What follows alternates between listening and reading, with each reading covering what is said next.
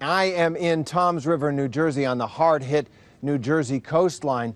We're going to take you now to Manhattan, still struggling to recover. My co-anchor, Cynthia McFadden, is at one of New York City's major hospitals where evacuations of the sick are currently underway. Cynthia?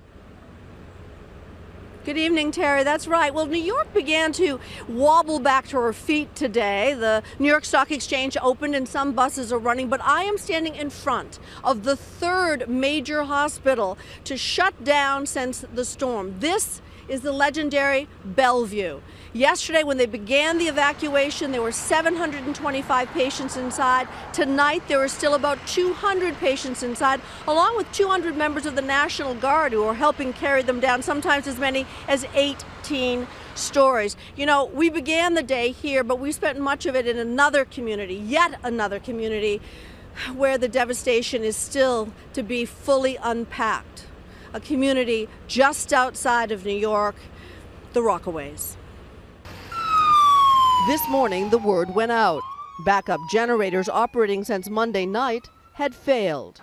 National Guard troops called in to help carry out hundreds of patients from Bellevue, one of the country's busiest. Some patients having to be carried down from as high as the 18th floor. We have not experienced anything on this scale. Emergency crews have been furiously pumping water out of the hospital's basement, deluged under 8 feet of water. This is the problem. The hospital's flooded. The East River is right here on the other side of this building. This baby was born here a few days ago. So what do they tell you?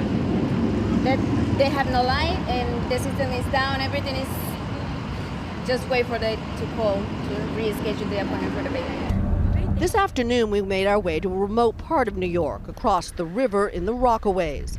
Look, everybody's been flooded. Hard hit and isolated by Sandy's ferocious triple assault of wind, water, and fire. The reason they dug the hole here is this is where the drain is.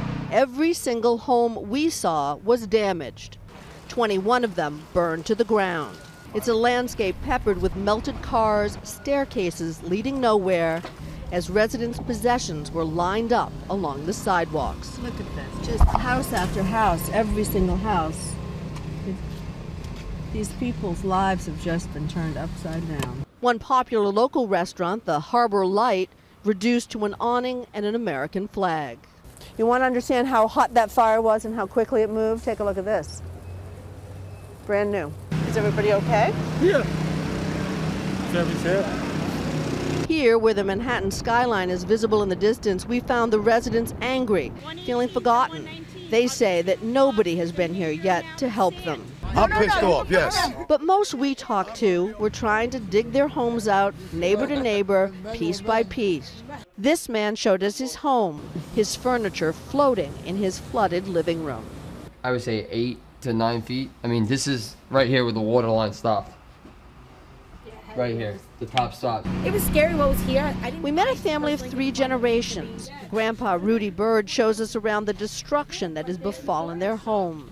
Enormous sand dunes have formed in front of their house. We spend our life on that sand over there. Now we have it here. Oh my Lord! And the boardwalk in front of it has been completely heaved up. There used to be 12 feet of sand right over here, leveled. This boardwalk, famous old boardwalk, used to be right here. Swept up over here, the sand down 118th Street. Total devastation of these houses. This is yet another community that has suffered terribly. The night of the storm, residents tell us the streets were flooded as fires burned out of control. You've never seen anything like it? Never seen anything like this. 16 years on the job, never. It's a tiny area, and residents are like family to one another here. This is the Atlantic Ocean. Jamaica Bay is that way. Our community is 4 blocks wide. And typically as a community, we're very close-knit. Yet almost everyone in this friendly community chose to stay despite the warnings to evacuate. We're here for last year's storm. We wrote it out. And it was a lesson poorly learned is really what it boils down to. You would evacuate next time if there was a next absolutely. time. Yvonne Tech tells us that after the destruction was evident, people once again banded together. Yeah, and I like that everybody's helping. A tribute to a resilient community, battered, but surely not broken.